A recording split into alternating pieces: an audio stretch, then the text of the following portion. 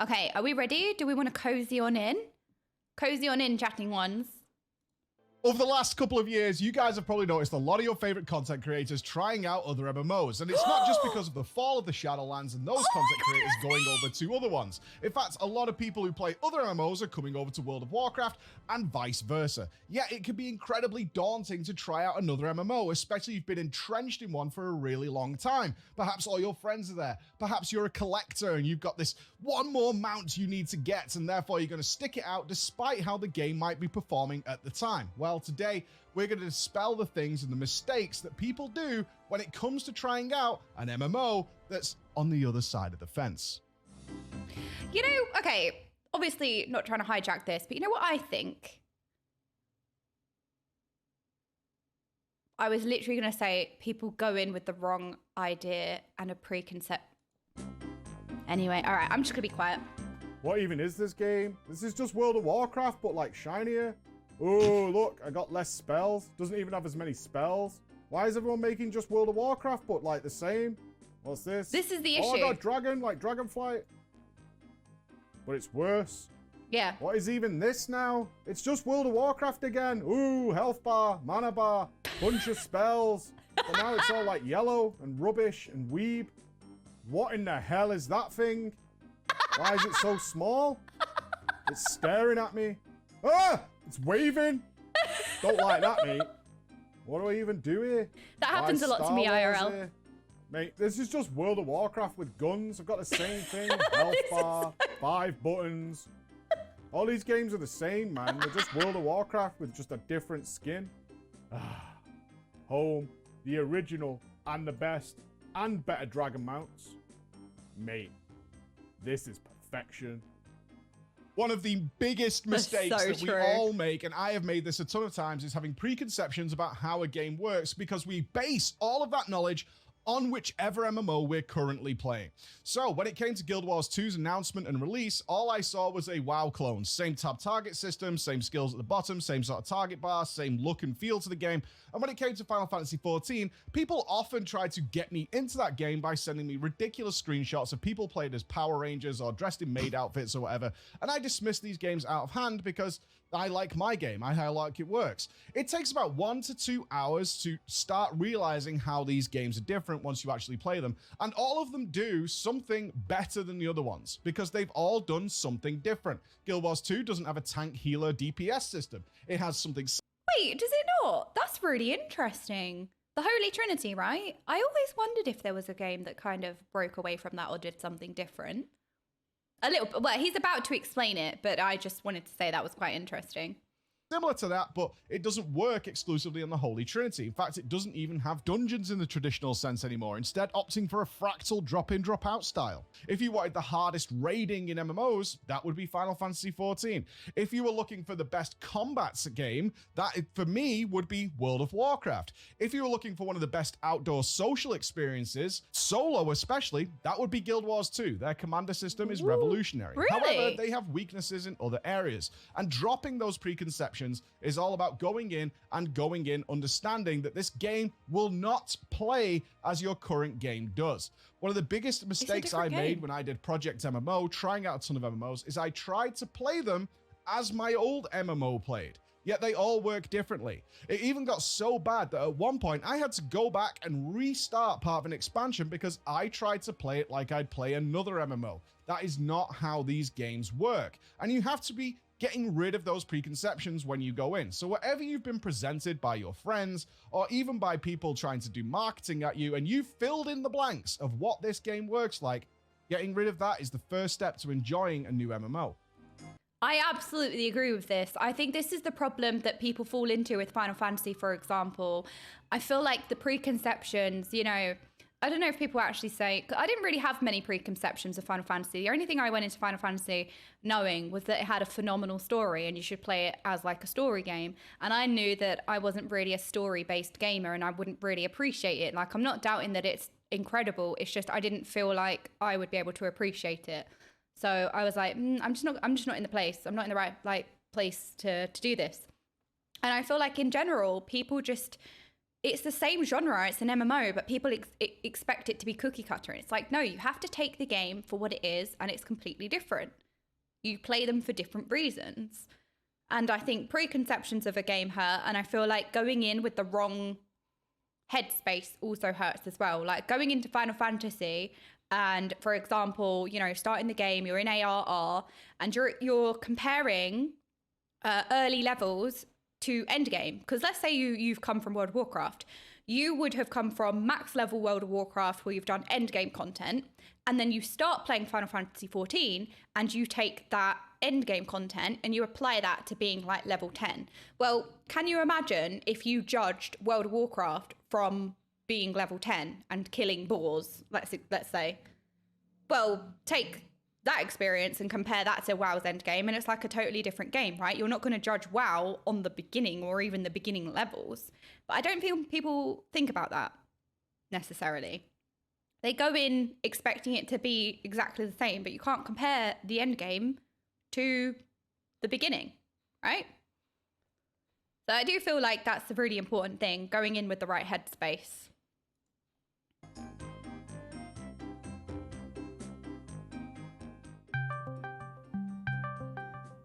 All right, mate.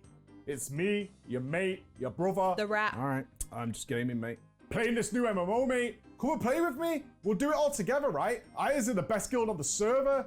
No thanks. Why not, though? Tell you what, mate. Me and you will be like blood brothers, yeah? You come and play with me. I make some new character, yeah? We level them up together. We learn to be like the ultimate tag team, like fucking Legion of Doom. And then we'll get in there and we'll kill everything. You can get into my guild. We'll do every dungeon together. We'll take care of each other. We are going to be like literally like doing a ritual where we're connected. 2 chests beating as one. You'll just ditch me again, man. I won't ditch you, mate. Never ditch you. You're my brother. You're my lifeblood. You're my soul. All right, I'll be there in a minute.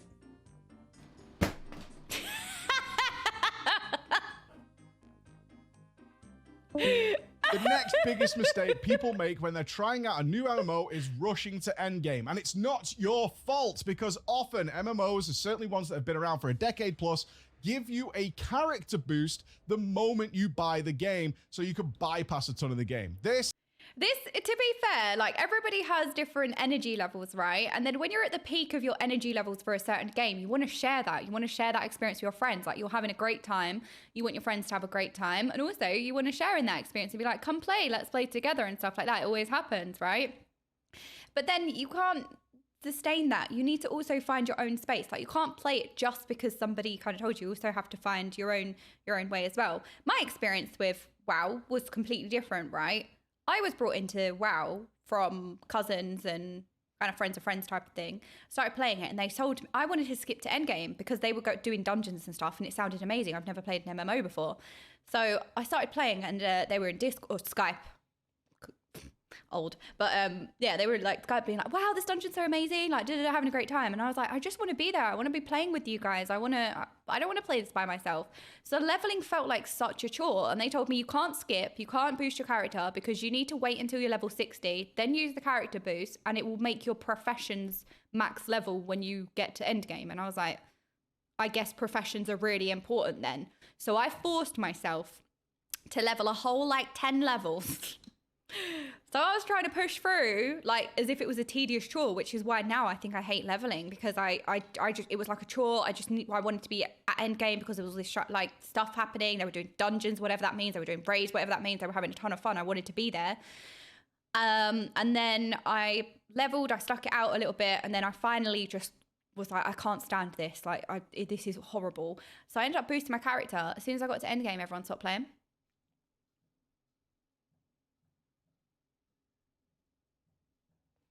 So anyway.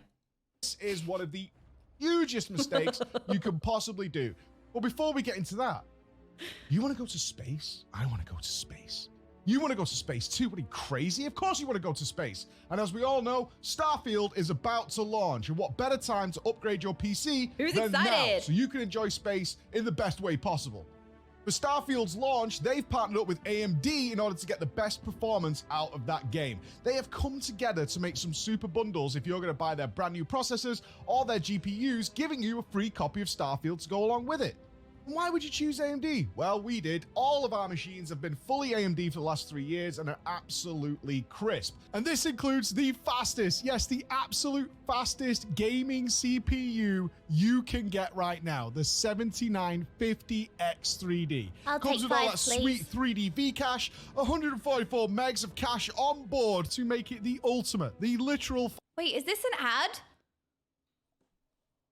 Oh my God, I'm the problem. I'm the dumb consumer. I was sitting here going, wow, this sounds amazing. I want that.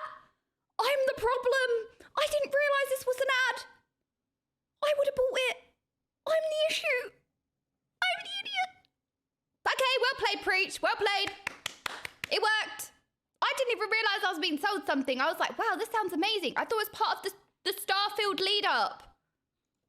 Fastest gaming CPU you can get, and Starfield is included in that bundle. But it's not only that, there's 7,000 CPUs and some of their GPUs are also going to be included in this bundle, and pre-built PCs. If you're not one for sticking your hands inside the machine, messing around with those bits and messing it up, their PC bundles will include this as well. So make sure you click the link down below and you will see a bunch of ways of getting a brand new PC upgrade at the right time, and also a free copy of Starfield to go along with it. When I made World of Warcraft content for nearly 10 years, I always told people who are new to the game, do not rush to the end game, and the same is true of other MMOs. While you can do this, especially if you're moving to another game with a bunch of players already and you're just going for the new thing, yes, you can pull it off. It's always worth experiencing the game from the start. Couple of reasons for that. One, you will learn so much more about how that game plays. When I've had people try and join me in games like Final Fantasy, they have used their boost and simply don't know what to do, especially if they came from a World of Warcraft background. They're asking for, where's the Mythic Plus dungeons? Where's the weekly raids? Where's this stuff? And that's not how that game works. In fact, it's very story focused. All that stuff is there if you go looking for it, but if you're expecting a World of Warcraft style, which these people were, where they were going to be collecting gear, maybe getting a vault at the end of the week, things like that, that's just not how it works. It's not a very gear-focused game. That only exists if you want to push into the upper echelons. The same with Guild Wars 2. Guild Wars 2 expects you to play all its other content because it's there and it's horizontal progression. What does that mean? Well, usually most MMOs that you're used to add 10 levels or whatever every time a new expansion comes out, which has its new zones, and you can essentially, if it was World of Warcraft, play in that confined space of the latest zone. However, in Guild Wars 2, you level cap in the core game, and from there, you expand horizontally. You don't gain new levels. In fact, what you learn is new abilities and skills that are tied to that expansion. Some of them are better than others. But what that means is that you don't have this massive end game. In fact, it's an enormously huge end game because every expansion's end game that has ever existed of the multiple expansions that are out for that game are still relevant to current gameplay because it never went up, it just went sideways, adding to a wider gameplay. And by bypassing all that stuff, buying boosts, whichever game it is, you're going to miss out on that, and you're going to miss out a lot of context for what is actually going on in the game. Why deprive yourself of a game that has given you 10 plus years of content just for the sake of rushing to the end? Your friends in the end game will always be there. They're not going away. Will they though? Will they?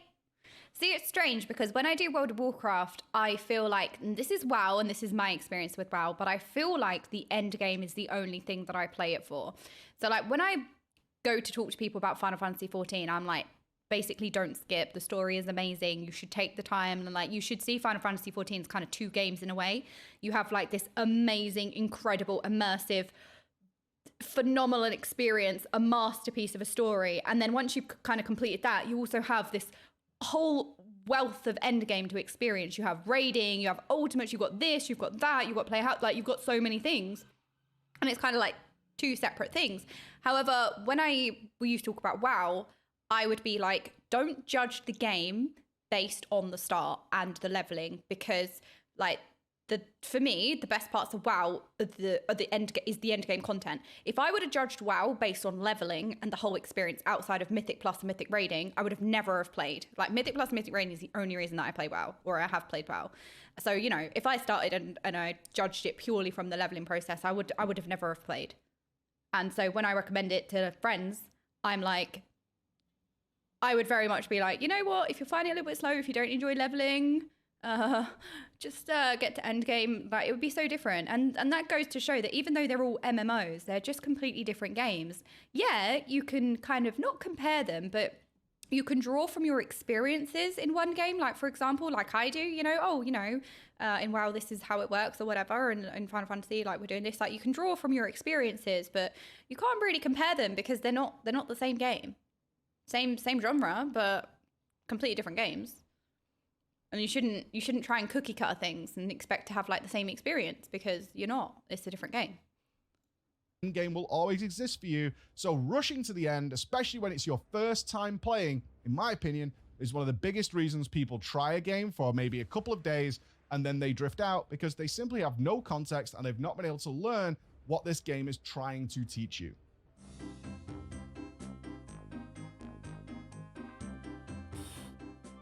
Me. Gingy! Me. This guy isn't even good. MDI champion. MDI Chatting. these balls. I could do that. Really easy.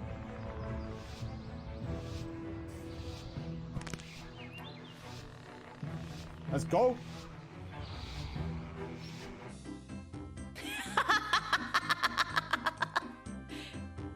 This is every weekly key. I saw this poll done on the MDI, so, you need to do this in my +2 if we want to time it. Going in blind. This is something I truly recommend, although I understand it is not for everybody, but goddamn, give it a try.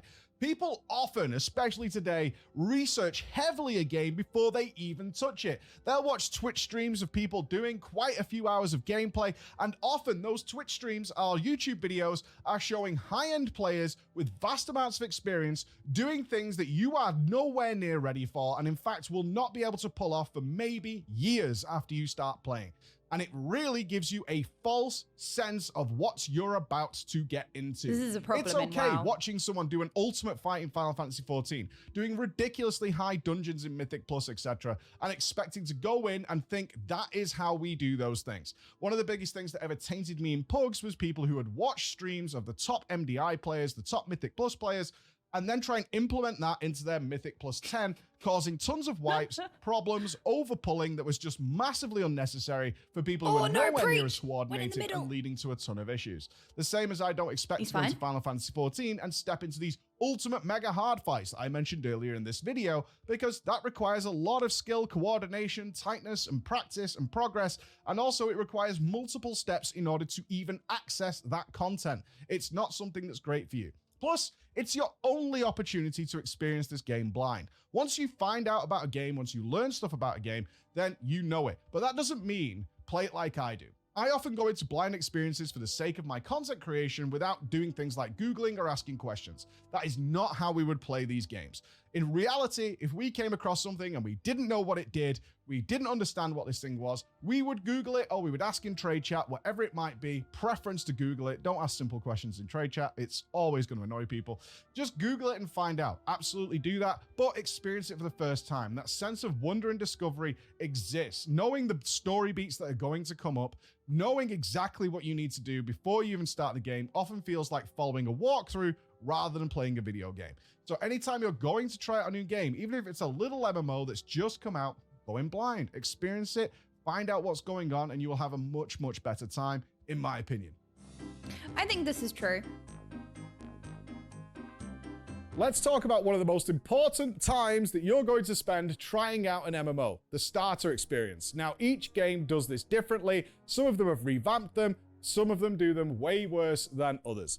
Let's start off with World of Warcraft. They revamped their new starter experience just a couple of years ago, and it's actually a very, very good addition to the game and provides you with a lot of insight into how the modern game works. This is why the starter experience for any MMO should be one of the most updated features of the game. This is your first introduction to them, and if your game is vastly different after the decade plus of content, then people aren't going to know that when they play an old original starter experience. Wait, that in looks World of fun. Warcraft, you'll actually get introduced to a lot of mechanics that you might not even see for a very long time during the starter experience. They have really clear icons, great quest logging, and also show you things like interrupt bars, how to get out of certain mechanics, and they mix that in into a wonderfully tight, packed 20-minute experience that I thoroughly recommend and think this is actually kind of the pinnacle of starter experiences for MMOs. If we were to move over to something like Guild Wars 2, we're going to see a different experience. Cool. This hasn't been updated, and you can see the contrast very clearly, and it makes the game difficult to get into.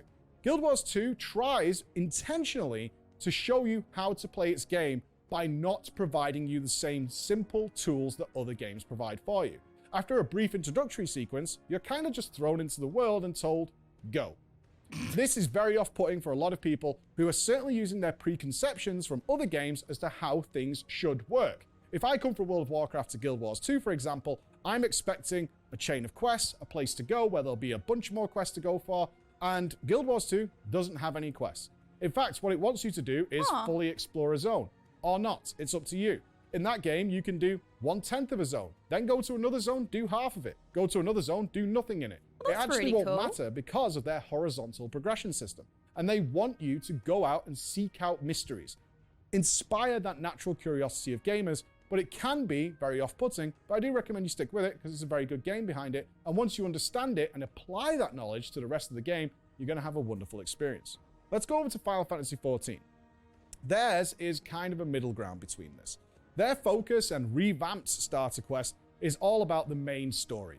Not long gone are doing side quests and all those kinds of things in order to get the experience necessary to progress through the game. You can do it all by just doing their main story, so a heavy focus is put on, hey, go along. Sorry, I comment on this. I had no idea the twins were sitting in the cart. I was blown away when I watched a new Sprout and they were in the cart and I saw the twins and I was like, what? I didn't know they were sitting there. And I couldn't believe it. I just did not remember them at all.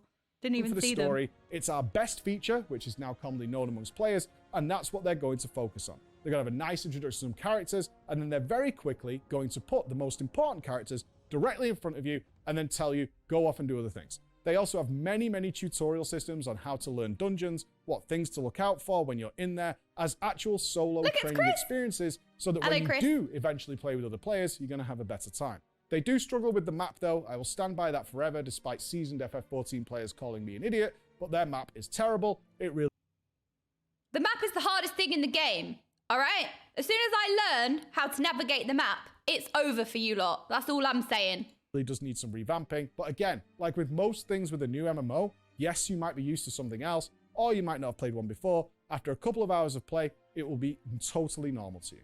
Let's try another one. Let's move over to Destiny 2. Destiny 2, I've been highly critical of their new player experience. This is even worse if you at some point played the game in the past, even for a little while. Never played They will Destiny. fast forward you very, very quickly to current content, and they will hurl cutscenes at you, which very much try to bring you up to date, but it feels like a barrage. You're constantly hit with information, you're trying to piece things together, and then the latest story, such as Lightfall, doesn't really make any sense in the context of what you just saw. Now, this is difficult. Cool. I would actually class Destiny 2 as one of the worst new player experiences that you can get right now, but behind it is a very good game. And then, of course, there are other games like EVE Online. Never played EVE.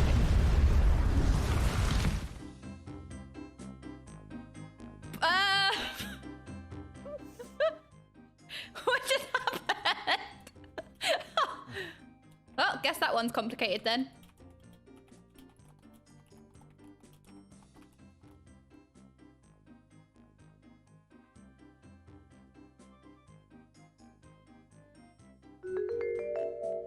How did you even figure out how to put those fat little stubby fingers on that keyboard in the right order to type my name with an IO score that low? Your IO score is that low, mate. The only thing lower is the length of my penis. Do you understand what I'm saying, mate? I swing on the floor every day, sweeping the carpet with this thing, and you come in here trying to talk to me with that attitude, with that face, with that mock. You're an uneducated fool, mate. I have seen people do dungeons better in bleeding Minecraft than you coming here asking me to carry you through there. My back is sore, mate. My back is sore because of people like you. Let me tell you something. Next time your brain communicates with your fingers and says, hey, let me whisper this guy who is clearly going to get me through this dungeon, why don't you take a knife and shove it right in your face? Now turn around and walk back, blow your nose while you're going.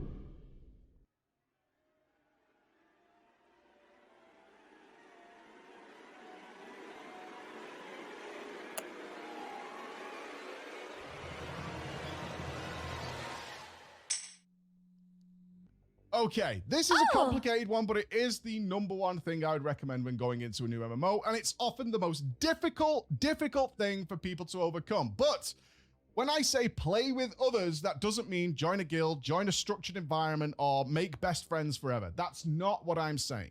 MMOs, by design, are designed for content to be done with other people. However, over the last few years, more and more, in fact, nearly all MMOs have moved to a system where your solo experience is augmented by other players rather than it being a strict, rigid system that you need to engage with. I'm not saying here, just get a guild, lol. That is not what I'm saying. Ultimately, that would be the goal. Obviously, is to find like-minded people. If you're interested in doing dungeons, find them. If you're interested in doing a lot of old content for glams, transmogs, whatever it might be, find those guys out.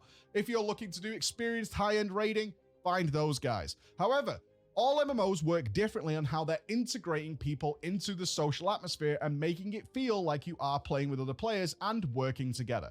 I mentioned earlier Guild Wars 2's revolutionary commander system. What is that? Well, this is a system where somebody can designate themselves as a commander during their massive meta events on their maps, where you're probably going to end up fighting some monstrous creature at the end. However, you absolutely do not need to know what is going on. What you'll often see is maybe 100+ players all gathered doing something, and then you'll see on your map a nice shiny icon, and you don't even have to whistle them. You can click on them, and you can click Join Squad. And you could just follow along for your first experience and see what's going on and get a feel and an idea, almost a tutorial, for what you're supposed to do during that. And then the next time you'll understand what's going on. And then you might graduate to being a commander yourself and leading those people around the maps. For a solo player, it's wonderful. You need to go in with no prior knowledge, and then you get a full experience and get to kill the big final boss with no issue. Similar over in World of Warcraft, where they have things like the LFR system. The LFR system is designed to show you the raids in a Of course he would show Nazoth when he's talking about LFR. Do you know, I was in LFR Nazoth for 6 hours, and I wish I was exaggerating. Anybody who did LFR Nazoth can actually confirm. I was in there for 6 hours, and I wasn't a tank. So the Psychus, you know, cutting between the tentacles was a lot of progression. My word, we had like 45 determination stacks. It was, anybody who did LFR Nazoth knows that I'm not over exaggerating. It really was bad. Because the problem is, generally in LFR, if you give people mechanics, like they're not going to do it. So, I feel like enough said.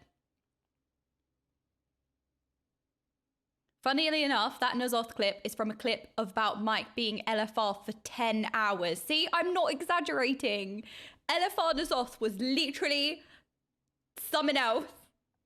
Yeah, I mean, as a tank, you have a bit more control of the fight because at least you have control of like the Psychus and the tentacles. As a DPS, I didn't have as much control. But I feel like even as a tank, it's still difficult. It's such a difficult fight. We were in there for a long time. Anyway. Specific non-stressful way, so you can go in and experience it with other players. Final Fantasy XIV does the same thing. It will pair you up with things like hunt trains. It will point you out into different areas of the map using discords or just in the open world to go and do big raid bosses before it starts getting too difficult. And it'll do the same with dungeons. We've all experienced a looking for dungeon system or a matchmaking system where it'll pair you up with other players. Maybe it's light on conversation, maybe it's got some other conversation. However, I'm talking to the people who refuse to play with other people entirely. This is still an MMO. While the casual solo experience is leaps and bounds better than it was in all of these games than it was years ago, ultimately playing with other people will make your life easier. And nothing makes me sadder when I see people, certainly over in certain games, having to wait hours and hours and hours because of a lack of connections within the game. Exactly, LFR. So like when I was playing WoW and I was doing Mythic Plus, and obviously pugging is quite a difficult thing, I feel like everybody... pugging is like your main source of playing, and it's as difficult as it is. I feel like pugging should be a last resort, but because it's difficult, right? I can't sit on my high horse and be like, you need to, if you play with people that you enjoy playing with and they were good, add them, play with them again. Like, it's an MMO, you do need to do certain content with other people. It's just how MMOs work, right? Join communities, join guilds. But sometimes you have a strict 20-minute window or a half an hour window. You don't have time to get a group together and find people. Like, you literally just go in, out. So you have to pug. But most people's experience is just pugging. And I feel like pugging is probably the worst part of the game.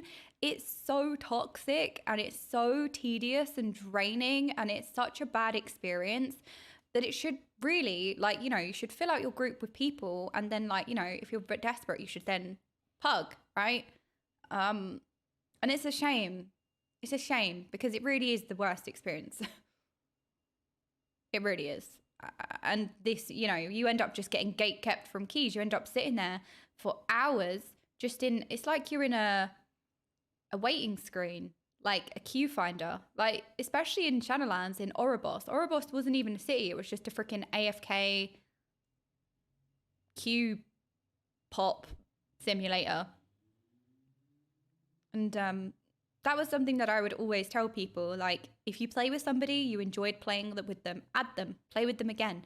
It's an MMO. As much as we experience most things on our own, you do need people to do these areas of content, and it's difficult, but you should try and pull from a pool of players, whether it be a community or a guild or friends or, you know, people that you met along the way. And it's difficult. Pugging is just...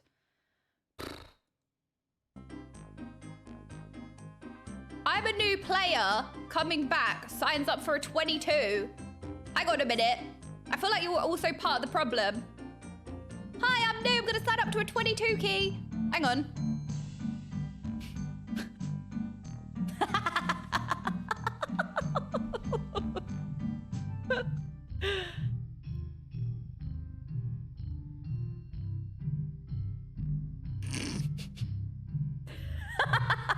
It should be your primary focus in any video game is to start making some connections. Throwing that hello to somebody, throwing that whisper, do you want to play together? Do you want to do something? Is how these connections are formed. And it is so much better, and more importantly, so much more efficient than constantly being the lone wolf. Now, some people prefer that. I totally get it. But ultimately, having a few people or reaching out to a Discord is far better than just waiting for hours in a queue to try and get something going when you want to start edging into the end game. Absolutely. It's so vital that you do that. And it should be the goal of everybody, even if you're shy, even if you're quiet and you feel like you've got all these presuppositions of what it's like to be in a guild. I've done several videos on this in the past, to go and try and seek out a couple of contacts that you can call upon to do the content you enjoy. Find those people, make contact, because ultimately it will save you hundreds of hours of your time and also expose you to content that you may or may not have even touched if you hadn't done it. So what is my conclusion here? Well, not every MMO is going to be for everyone. I've talked about a whole bunch of them, and frankly, Destiny 2 doesn't really seem for me. Internally in my team, Guild Wars 2 isn't for some people. For some people, Final Fantasy 14 is not their jam. That's not the point. Nobody here is trying to tell you that you should play every single MMO. What we are saying is when you go in, try and go in with that fresh and open mind, because the first thing that turns people away of trying an MMO is trying to play it like it is the MMO you've already played. I can't lose my mind at the amount of people who came to Final Fantasy 14, especially my old WoW guild that were Mythic Raiders, who were used to gear grinding, came in, boosted a character straight to the end, and were like, okay, where do I get the gear from? Well, you can kind of just get it from the market board. The gear's not a huge deal in Final Fantasy 14. Like, well, there's nothing to do in this game. Actually, there's way more to do in this game than there is in World of Warcraft. And they don't see it, and they just dropped out after a few days. And it's so upsetting, because there's a great experience here if you come in with that mindset. Similar to what happened over with Guild Wars 2, and similar to what happened with some people over in Destiny, including me. I was very confused and lost, and I wish I'd had these rules to go in and be like, okay, forget everything you know and experience it as fresh as possible. And this is certainly what I'll be doing for some MMOs we're going to be trying in the future, which include things like ESO. We're going to be trying out RuneScape at some point, and maybe... Oh my god, he never played RuneScape before. That was like my childhood. That was one of my first, like, kind of... Well, that was my first MMO, maybe? That and Habbo Hotel. That counts, right?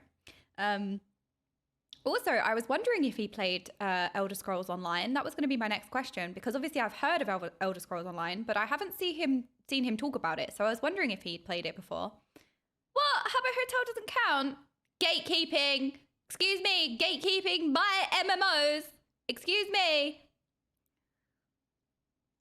Maybe even some Star Wars Galaxies. Yeah. Oh, what's that? Going back to the old Wait, school Star to Wars see has what's an going MMO? on. As well as the multitude of new MMOs that are coming out this year. Palia, we've been trying out. We have the Dune MMO coming I like out. And of Palia. course, you know the ones I'm talking about. The big boys that are on the horizon. Maybe Riot's going to let us have a little look-see at what Oh, they've got going yeah, on. the Who Riot knows? MMO. But thank you so much for watching, guys. Appreciate you guys. And remember, if you're a fan of videos like this that take us a lot longer to produce, this one took like 2 weeks to get everything together for it, then we would love you to check over our website where our supporters are. It's basically Patreon without giving Patreon the money as well.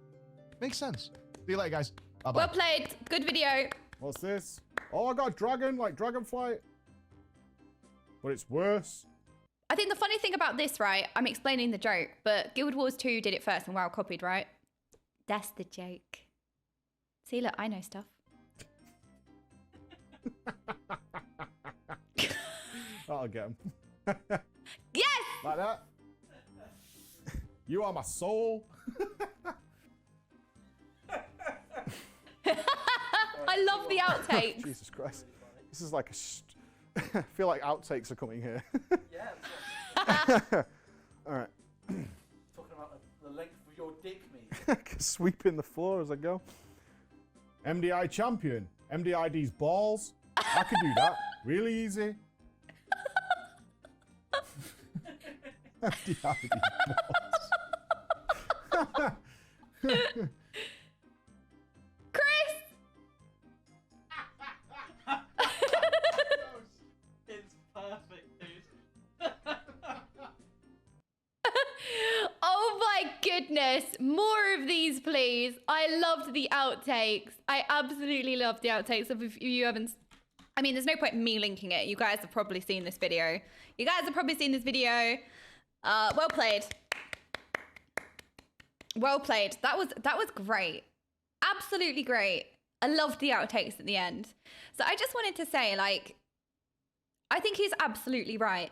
And when I tell people about Final Fantasy now, I just feel like, yeah, the preconceptions and expecting something like to play exactly the same to what you're used to and the comparison is what really hurts people. I think people need to go into Final Fantasy 14, for example, specifically with the right mindset. That's why I think it's really important. You can't just think, you know, there's lots of stereotypes for everything, right? You can't go in thinking the stereotypes are, you know, accurate. You just have to go in with a complete blank slate, let's say. No expectation. Just see how you go and give it a chance as well. Like I said before, you can't go into, say, World of Warcraft, right? And judge the end game or certain things based on how level 10 feels killing boars, because you may like that, right? And that's fine. But it's just not quite the same. You have to give things a good go. If you're used to WoW endgame and then you play Final Fantasy and you're struggling through ARR, it's like, yeah, but if you started WoW and you compared WoW's endgame to how it plays at like level 30 when you're doing like fetch quests and stuff, like, yeah, it's not the same, right? And I feel like Final Fantasy gets a bad rep of that, but then people don't ever put that in mind. It's like, but you don't judge WoW on its level 30 content, do you? If you're finding ARR a bit slow, or you find Final Fantasy a little bit slow at the start, it's the start of the game. You just can't compare. Like, yeah, I'm used to doing Mythic Plus all day. Oh, this is leveling, it's different. It's just different content. You mean that questing in Westfall isn't the same as fighting the jailer? No. Exactly. That was a great video.